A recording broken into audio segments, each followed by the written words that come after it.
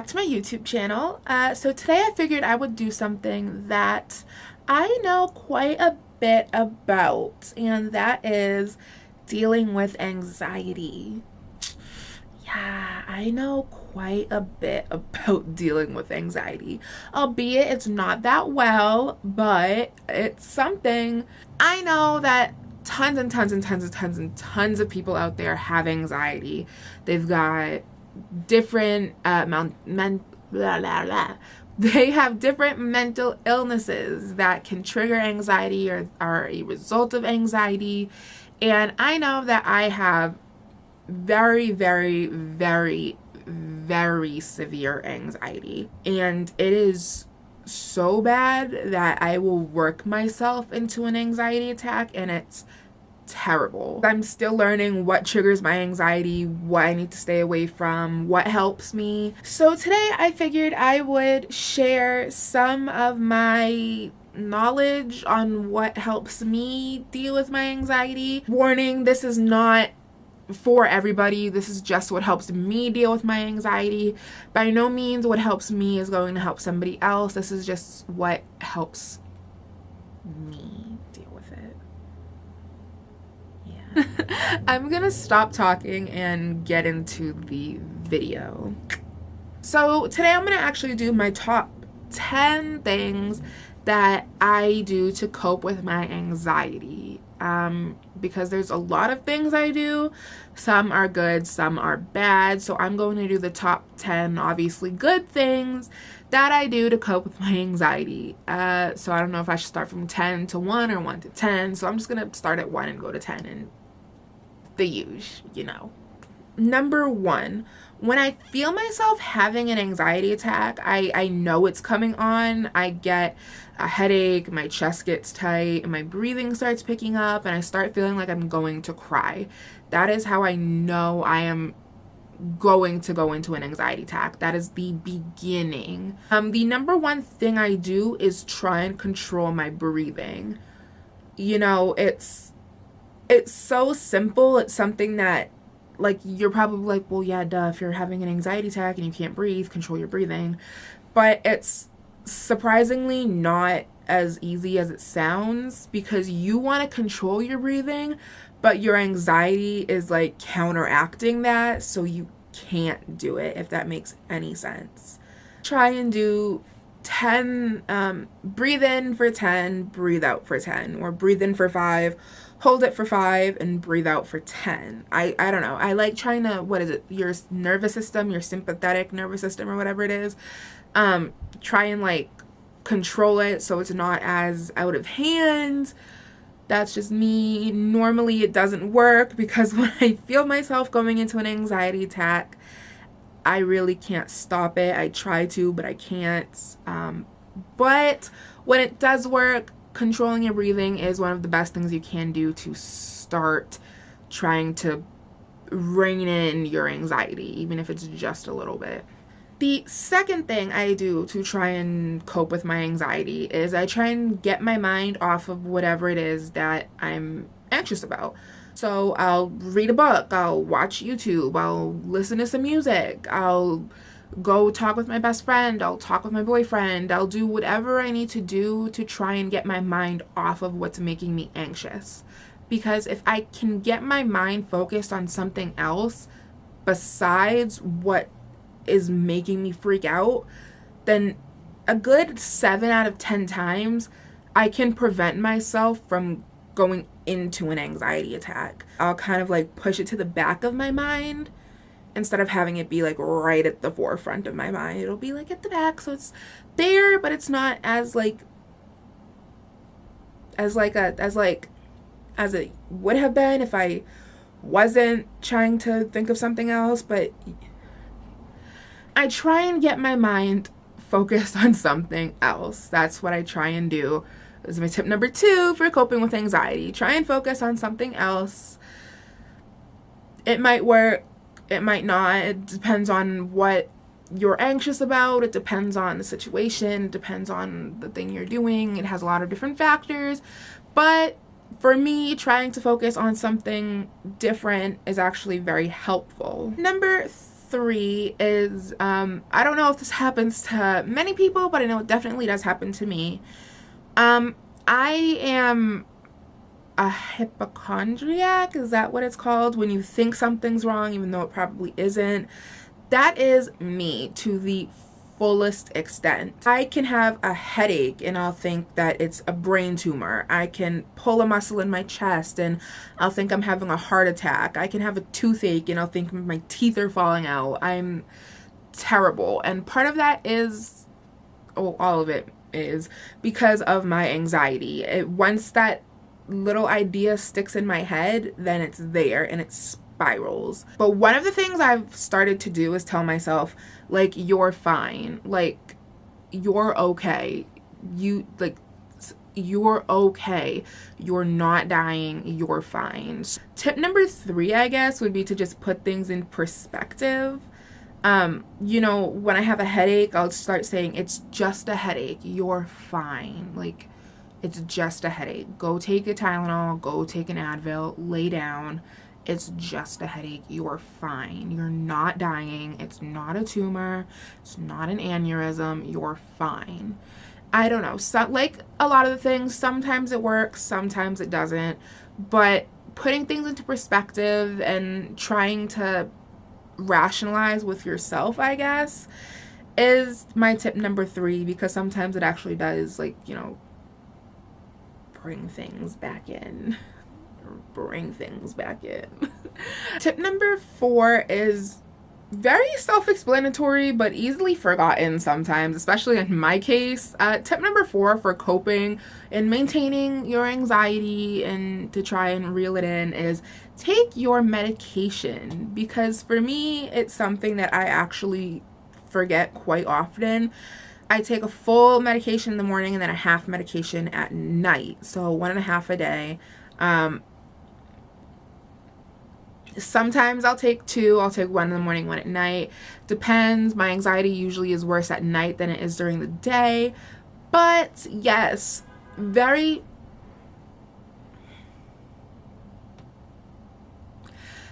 self-explanatory. Take your medication. It doesn't sound like something... Oh my god, stop honking. Oh my god. Yes. Take your medication. It doesn't sound like something too hard to remember, but it actually is. The difference between taking your medication and not taking your medication is extraordinary. So, yes, take it, do it. You will not regret it. If you take your medication when you're supposed to take it, your anxiety level will go from here to here. Trust and believe that. Tip number 5 to coping, dealing, whatever, with anxiety is to take a walk. It doesn't even have to be a walk outside. You could walk around your room a couple times. You could walk around a couple of different rooms in your house. You could walk from your room to your driveway and then back to your room. Take a walk around the neighborhood. Do whatever you want. Just walk. I don't know why it helps me so much to walk, but even if it's just, you know, pacing back and forth in my room for a few minutes, it sort of brings me back down to the ground and I'm able to, you know, just kind of relax myself. Like I've said with all of these, it helps me. It may not help all of you, but it helps me. So if it can help at least one person, then that's what I'd like for it to do. But if it doesn't, then that's okay. I just wanted to share these, you know, whatever. So walk. Tip number 6, actually, some people might not agree with, but it works for me. Especially if it's something with my boyfriend, because he tends to go MIA a lot, and it's just because he works a lot, stuff like that. And sometimes when he goes MIA, I get nervous just because that's my anxiety. I don't like in general when people go MIA, when we're texting and they just like disappear and I don't hear from them for a while.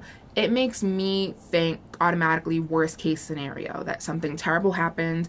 And when I hear from them, what actually helps me to calm my anxiety is I pop off for a second. I'm like, look, you know that my anxiety is bad when you do that. Like, don't do that. Like, why do you not trust? Like, why do you like to mess with my anxiety like that? Like, I pop off to a full extent. I pop off, and I shouldn't. But it helps me kind of diminish that anxiety, because like I know that they're okay, and I know that, you know, whatever I was freaking out about, I didn't need to freak out about, and that it's okay and that the situation's okay.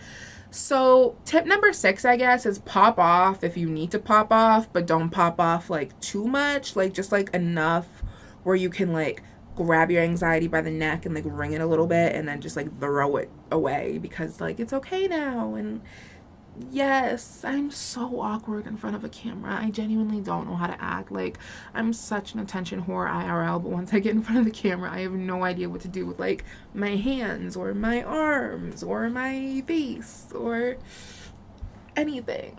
So I'm going to stop talking about how awkward I am in front of the camera and get into tips 7, 8, 9, and 10. Yes. Tip number 7 is, for me, at least for me, is I like pop my knuckles. Like I just popped them before I started. Oh, I got one. I just popped them before I started filming. But for me, tip number 7 is to do something with my hands, because I don't know, something with my, like, keeping my hands occupied keeps my brain occupied. And what's easiest for me to keep my hands occupied is to pop my knuckles. I'll like crack my wrist, I'll like pop my ankles, I'll crack my toes, crack my fingers, like whatever it is I need to do to keep my hands occupied. I'll go, you know, like this, I'll go like this, I'll go like this, like whatever I need to do to keep my hands occupied. These are all sometimes tips. They don't always work, but when they do, they work really good and well and stuff, and when they don't, it sucks.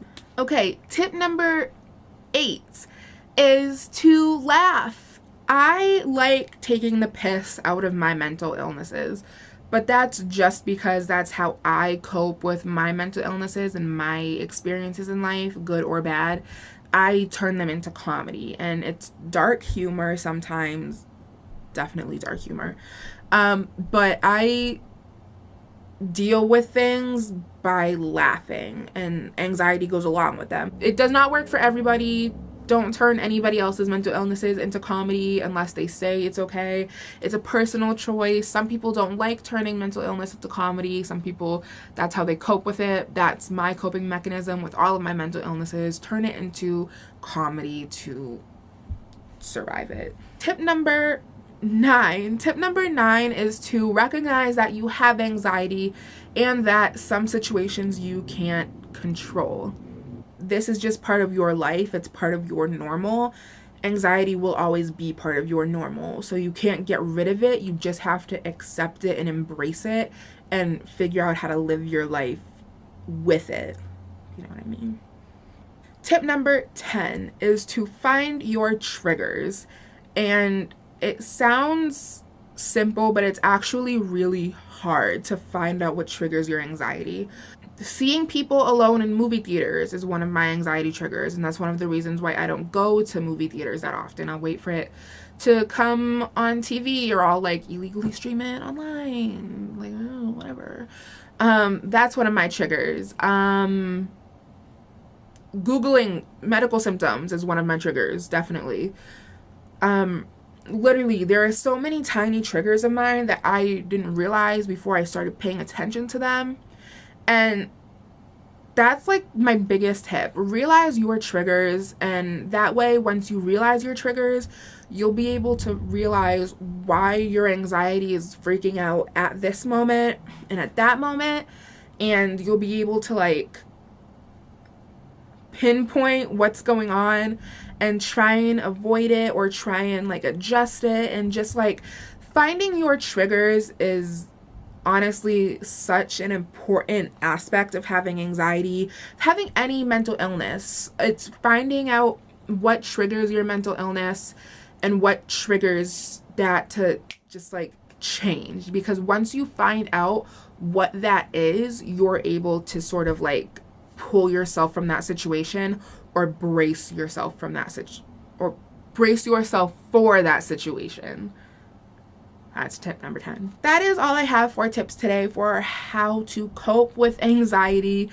Maybe in the future, if enough people like this video, I'll come back and I'll make another one. how to cope with bipolar disorder, how to cope with bullying, how to cope with depression, how to cope with self-image, whatever. I have struggled a lot through my life, so I have a lot of how to cope tips that work for me. Like I said, like preface this video with, if that's the word, preface, whatever.